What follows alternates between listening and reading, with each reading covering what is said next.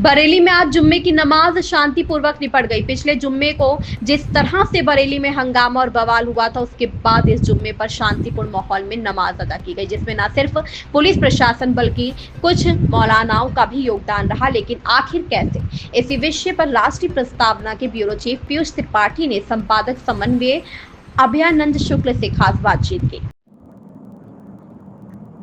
नमस्कार, राष्ट्रीय प्रस्तावना मीडिया समूह के चैनल आरती न्यूज में आप सबका स्वागत है। मैं हूं पीयूष त्रिपाठी और मेरे साथ हैं हमारे संपादक समन्वय अभयानंद शुक्ल जी। आज की चर्चा में हम बात करेंगे बरेली की स्थिति की। एक सप्ताह पहले पिछले जुम्मे को बरेली में जो हुआ वो सबने देखा, किस तरीके का बवाल हुआ, हंगामा हुआ, दंगा हुआ। उसके बाद आज ये दूसरा जुम्मा था, उस पर क्या स्थिति रही, इस पर हम अभयानंद जी के साथ चर्चा करेंगे। अभयानंद जी, ये दूसरा जुम्मा था, पिछले जुम्मे ही को ही सारा बवाल हुआ था, एक सप्ताह बीता है, तो क्या स्थिति रही जो आ रही है खबरें? आज तो प्रशासन के लिए पीयूष जी बड़ी अच्छी खबर रही ये कि बरेली भी शांत रहा और संभल भी शांत रहा। संभल भी, हाँ, जबकि संभल में भी हो रहा था। संभल इसलिए महत्वपूर्ण है कि वहाँ अवैध निर्माण तोड़ा जा रहा था, जो मदरसा वगैरह बनाया गया था। और इसलिए भी अच्छी खबर है कि वहाँ जो अवैध मस्जिद बनाई गई थी जी सरकारी जमीन पर, उसको लोग खुद ही तोड़ रहे थे। तो ये एक अच्छी खबर है कि अब पॉजिटिविटी लोगों में आ रही है और लोग अपनी गलती का एहसास करके उसको ठीक करने की कोशिश कर रहे हैं। बरेली में भी आज माहौल पूरी तरह शांत रहा और जुमे की नमाज शांतिपूर्वक निपट गई। जी, कहीं से किसी बवाल की खबर नहीं है। हालांकि प्रशासन ने पूरा प्रिकॉशन लिया था। जी जी, इंटरनेट सेवा बंद कर दी थी 2 दिन के लिए। कुछ तो इसका भी असर रहा। बिल्कुल। वैसे ओवैसी जैसे नेता कोशिश करते रहे कि आग में घी डाल दें, लेकिन मुसलमान इस बार समझदार निकले। उनको समझ में आ गया कि उनका इस्तेमाल किया जा रहा है जी, इसलिए उन्होंने जो है इस पर उनके बहकावे में नहीं आए और वो आए, अपनी उन्होंने नमाज पढ़ी और नमाज पढ़ के चुपचाप अपने घरों को चले गए। जी, वैसे भी शांति रहनी थी क्योंकि प्रशासन ने पिछले शुक्रवार को इतना दबाव बना लिया था, इतने लोग गिरफ्तार हो गए थे, जो बवाल करने वाले के जो मास्टरमाइंड थे वो इसमें जेल की हवा खा रहे हैं। तो एक तो इसका कारण ये भी था। दूसरा कारण ये था कि जो मौलाना हैं, जिनके कहने पर लोग चलते हैं और उनकी बात सुनते हैं, बवाल करते हैं, तो आज कुछ अच्छे मौलाना भी आए जिन्हें देश से प्यार है, जो देश को समझते हैं और उन्होंने उनको समझाया। जैसे वहाँ बात बात पर फतवा जारी करने वाले बरेली के ही शहाबुद्दीन रजवी बरेलवी जी, वो फतवा हर बात जारी करते हैं, लेकिन कभी कभी अच्छी बात कर देते हैं। उन्होंने कहा कि भाई ऐसा है कि मुसलमानों को बरगलाया ना जाए और कोई मुसलमान इसके बहकावे में ना आए। अगर आई लव मोहम्मद कहना है तो कहे, लेकिन उसका सियासी इस्तेमाल ना होना, बिल्कुल नहीं होना। तो एक तो उन्होंने जो है बात की शुरू से भी कह रहे हैं, तो आज उनका जो है बयान महत्वपूर्ण रहा, तो इसका भी असर रहा होगा। एक यूपी के नए मुफ्ती नियुक्त किए गए हैं, मुगल शाही परिवार के वारिस प्रिंस याकूब हबीबुद्दीन तुलसी ने उनको नियुक्त किया है जी, हाल ही में यूपी का मुफ्ती मौलाना इब्राहिम हुसैन। अच्छा, ये अलीगढ़ के मुस्लिम विद्वान हैं, पढ़े लिखे आदमी हैं। तो इन्होंने कहा कि आई लव यू मोहम्मद के नाम पर फसाद करने वालों को उन्होंने सावधान किया कि आप जो है मोहम्मद को बदनाम न करें इस तरह के फसाद करके, क्योंकि मोहम्मद जो है शांति का पैगाम देते हैं, मोहम्मद का पैगाम देते हैं, तो उनके नाम पर आप लोग बदनाम न करें और शांति से अपनी नमाज पढ़ें, नमाज पढ़ के घर जाएं और किसी के बहकाव में आके फसाद ना करें। तो हालांकि ये लाइक माइंडेड मौलवी कहे जाते हैं, मौलाना कहे जाते हैं। इन्होंने वक्फ संशोधन बिल पर जो सरकार के रुख का समर्थन किया था, तो कुछ लोगों को लग सकता है कि ये तो भाजपा से मिले हुए हैं, लेकिन उनका बयान इस मामले में महत्वपूर्ण है कि उन्होंने जो है एक पॉजिटिव सोच जो है डेवलप की है वैसे ही एक मौलाना है जमीयत हिमाचल के नेता अबरार जमाल जी, उनका कहना है कि आई लव यू मोहब्बत के नाम पर मुस्लिम युवाओं को गुमराह किया जा रहा है और ये देश के लिए ठीक नहीं है। उन्होंने कहा कि नेता तो कॉल देते हैं कि आओ यहाँ दंगा करना, यहाँ फसाद करना, यहाँ प्रदर्शन करना, खुद गायब हो जाते हैं। जी जी, उनका इशारा सीधे सीधे मौलाना तौकीर रजा पर था। ये समझने वाली बात है। वो कहा कि लाठी डंडे थमा के उनको गलत रास्ते पर ले जाते हैं और खुद गायब हो जाते हैं। हाँ, इससे मुसलमानों का और मुस्लिम युवाओं का कोई फायदा नहीं हो रहा है। उन्होंने भी कहा था कि भाई मुस्लिम युवा इन नेताओं से बहकाव न आए, गुमराह न करें। उनका ये कहना था कि देश की जो प्रॉपर्टी है वो आप ही की है, इसका इस्तेमाल आप ही को करना है। अगर इसको आप नष्ट करेंगे तो इससे आपका फायदा नहीं होने वाला है। तो कुल मिला के आज मौलानाओं ने भी पॉजिटिव संदेश दिया, सरकार की सख्ती रही, इंटरनेट बंद रहा, तो कुल मिला के चाहे संभल हो चाहे बरेली हो, मामला शांत रहा। शुक्ला जी, अच्छी बात है, पूरा देश ये चाह रहा था अमन चैन, त्योहार अच्छे से बीत गए, नवरात्र दशहरा भी था कल, आज जुम्मा आ गया, शांति से निपट गया, प्रशासन ने भी राहत की सांस ली। लेकिन इसके लिए प्रशासन ने मशक्कत भी बहुत की, बहुत ज्यादा मशक्कत की पुलिस ने, प्रशासन ने, सरकार ने और उलेमाओं ने। और प्रशासन का सबसे बड़ा रोल इसलिए कहा जा सकता है कि उसने सख्ती की, उसने ड्रोन से देखा, उसने लोगों को चिन्हित किया, तत्काल कार्रवाइयां हुई, बुलडोजर चले।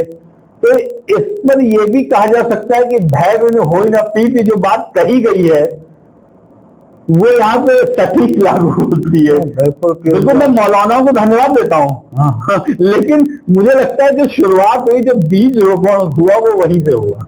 मौलानाओं ने अच्छा काम तो किया ही, निसंदेह उनकी जो है कॉल काबिले तारीफ है जी। लेकिन प्रशासन ने भी जो है बता दिया कि बाबू अगर तुमने बदमाशी किया तो तुम्हारी खैर नहीं। इसमें मुख्यमंत्री ने बड़ा सख्त संदेश दिया था। दूसरे ही दिन ने भी कहा था कि अगर कोई ये संदेश की दंगा करके निकल जाएगा तो इस प्रदेश में हम दंगा नहीं होने देंगे। उसी के चलते प्रशासन ने बहुत सख्ती की थी। वो कहते हैं ना कि डर के आगे भूत भागता है, जी, लाठी के आगे भूत भागता है। हालांकि ये गलत सेंस में इस्तेमाल होता है, लेकिन ताकत के आगे हर चीज होता है। तो पुलिस ने अपनी ताकत, अपनी हनक बना ली थी और सही जगह पर इस्तेमाल किया। शांति चाहिए। और पुलिस की जो महिला कमांडो तैनात थी, वो SIT या कौन सा जो STF बना रखी है वो तैनात थी, पूरा एक अमला पूरा तैयार था। तो इसका असर तो था ही जी। और जो सबसे बड़ी बात थी कि जिन्होंने इंटरनेट जो बंद कर दिया था, इससे जो है शरारती तत्वों का सूचनाओं का आदान प्रदान बंद था जी। क्योंकि अगर वो बचा दिया जाते तो पुलिस को मेहनत करनी पड़ती सूचने के लिए। तो एक मैसेज चला जाता है कि खुद कुछ कर दिया जी। तो उस इंटरनेट बंद होने से फायदा ये हुआ कि किसी को मौका नहीं मिला। अगर किसी ने सोचा भी होगा तो जी। हालांकि ओवैसी जैसे लोग तो अपना काम कर ही रहे थे। इंटरनेट बंद होने पे भी तमाम विरोध समाजवादी पार्टी के प्रवक्ता और ये कर रहे हैं कि बताइए साहब, अधिकारों का उल्लंघन है, सूचनाओं का आदान प्रदान नहीं हो पा रहा है। समाजवादी पार्टी जो है वो मुसलमानों का समर्थन करने के चक्कर में ये बिल्कुल नहीं सोचती है कि इससे देश का क्या नुकसान हो रहा है। भाई वो किसी राष्ट्रवादी मुसलमान का समर्थन करे, किसी को कोई दिक्कत नहीं है। कोई आई लव यू मोहम्मद कहे, उससे किसी को कोई दिक्कत नहीं है। कोई अगर अपने घर के आगे आई लव यू मोहम्मद के पोस्टर लगा ले तो उससे भी कोई दिक्कत नहीं है। क्योंकि हिंदू जय श्री राम लिखते हैं, झंडा लगाते हैं, आप भी लगाओ, कोई दिक्कत नहीं है। लेकिन मोहम्मद के नाम पर सरकारी संपत्ति का नुकसान फैलाना, बदअमली फैलाना, हिंसा करना और प्रशासन को चुनौती देना। जी हाँ, आपने ये समझ लिया था कि हम तो जैसे चाहेंगे, मौलाना ये समझने लगे थे कि वो तो मेरे हाथ में है। मौलाना मेरे हाथ में नहीं, आप मौलाना तौकीर रजा का पिछले शुक्रवार के पहले का बात में देखें हाँ। कि हमने मुसलमानों को रोक रखा है। हाँ, मतलब आप उनके मतलब वो जो है मुसलमान उनकी जेब में है। हाँ। जब चाहेंगे निकाल देंगे, हाँ। जब चाहेंगे जेब के सरकार से ऊपर हो गए तो सरकार शासन से। तो हमने मौलाना मुसलमानों को रोक रखा है, वरना कुछ भी हो सकता है। चाबी है कि आपके हाथ में, वो धमकी देते हैं। हाँ। तो ऐसे मौलानाओं को सबक सिखाना जरूरी है। हाँ, उनका बाकी अपने हक की बात कोई कहे तो इसमें कोई बुराई नहीं है, चाहे मुसलमान हो चाहे हिंदू हो, सब देश के नागरिक हैं, सबकी बात सुनी जानी चाहिए। अब जैसे संभल में ले लीजिए, संभल के मौलाना ने कहा कि भाई हमको 4 दिन की मोहलत दे दीजिए, हम मस्जिद अपने आप हटा लेंगे। तो ने कहा ठीक है, लेकिन वो मौलाना समझदार निकले, वो 4 दिन बीतने के लिए अपना खुद तोड़ना फोड़ना शुरू कर दिए। हाँ, भाई उनको समझ में आ गया कि हमको हटाना ही है। हाँ, तो सही बात है, कानून का राज है देश, कानून का राज है। कानून का राज। तो अगर आप गलत जगह पर मस्जिद बनाएंगे, मदरसा बनाएंगे, कोचिंग बनाएंगे, तो आपको हटाना तो पड़ेगा ही। और मदरसा नहीं बना रहे हैं आप, वो शादी घर बना रहे हैं, मतलब मैरिज हॉल बना रहे हैं, आप उसकी आड़ में कमाई कर रहे हैं। बिल्कुल, मतलब धर्म पर कमाई कर रहे हैं, धर्म की आड़ पे आप अपना हित साध रहे हो, तो धर्म को थोड़ा फैला रहे हो। भाई उसके तरीके होते हैं। अगर आप पब्लिक इंटरेस्ट का कोई काम करना चाहते हैं तो कानून में प्रोविजन है, आप डीएम से एप्लीकेशन दीजिए, उस जमीन की नौयत चेंज कराइए अगर हो जाए तो, और चेंज करा के आपको जो करना हो कीजिए, पब्लिक इंटरेस्ट के काम कीजिए।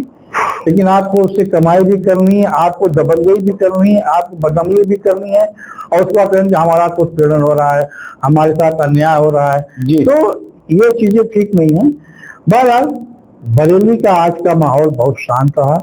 इसके लिए प्रशासन बधाई का पात्र है, वहाँ का पुलिस बल बधाई का पात्र है।